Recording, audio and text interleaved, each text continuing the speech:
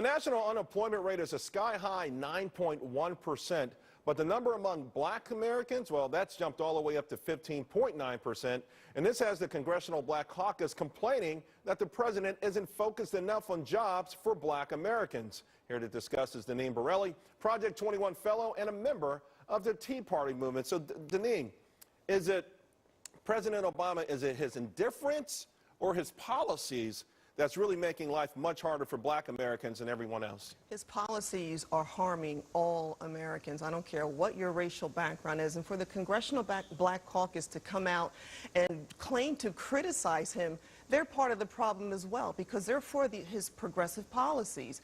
Policies that have, as you mentioned, unemployment is over in the black community, 16%. 40% among black teens. In Washington, D.C. alone, it's 50% among black teens. So they are certainly part of the problem. You know, to that point, when I hear Maxine Waters complaining about these solar jobs, you know, here's the real deal. When I was a kid growing up in Harlem, I would stand in line for these job programs, and it was kind of heartbreaking. 17 years old, standing next to a guy 45, 50 years old for these same low-wage jobs that only last a short period of time. Why does the Congressional Black Caucus continue to promote these policies, and they haven't worked for 60 years? That is a good question, and they remain in office, and that's another question. Why do individuals keep supporting these initiatives when we know that they're not working? But you know what? Here's another thing that really has me annoyed. The leader of the Congressional Black Caucus, Andre Carson, okay, his comments that he made for hanging blacks from trees. Are you kidding me?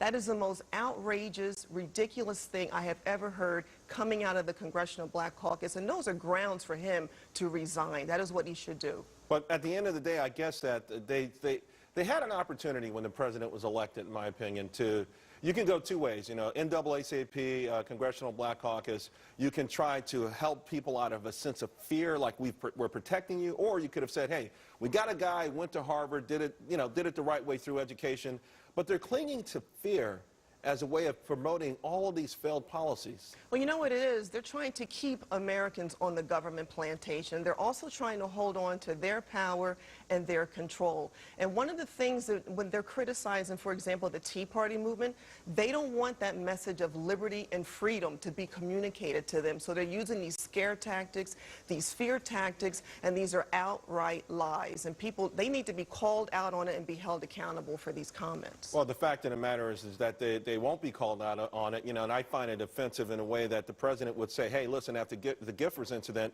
let's all dial back the rhetoric, but he never says it to the NAACP, yeah. He never says it to the Congressional Black Caucus. So that's his base. Well, yeah, but but here's the thing, though. His base is suffering. The base has suffered Absolutely. for a very long period of time, and you can't go out there and say we're going to dial back the rhetoric and then let people make these kind of irresponsible comments. Well, again, you know, he hasn't said anything.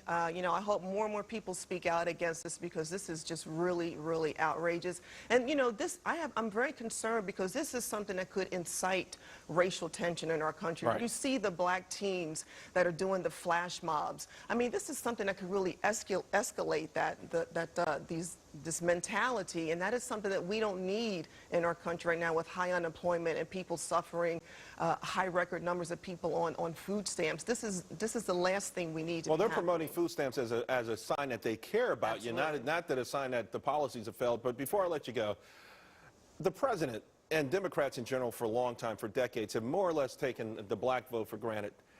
The president had this tour recently in the Midwest. It was all white cities, you know, with low single-digit unemployment. Has he more or less said to the black community, you're going to vote for me no matter what? Well, that seems to be the message, but, you know, look at the policies. Look at what the agenda that he's pushing.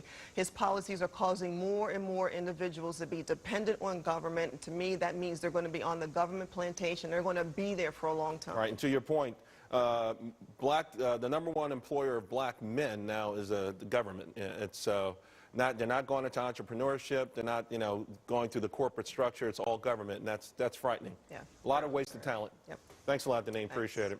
Also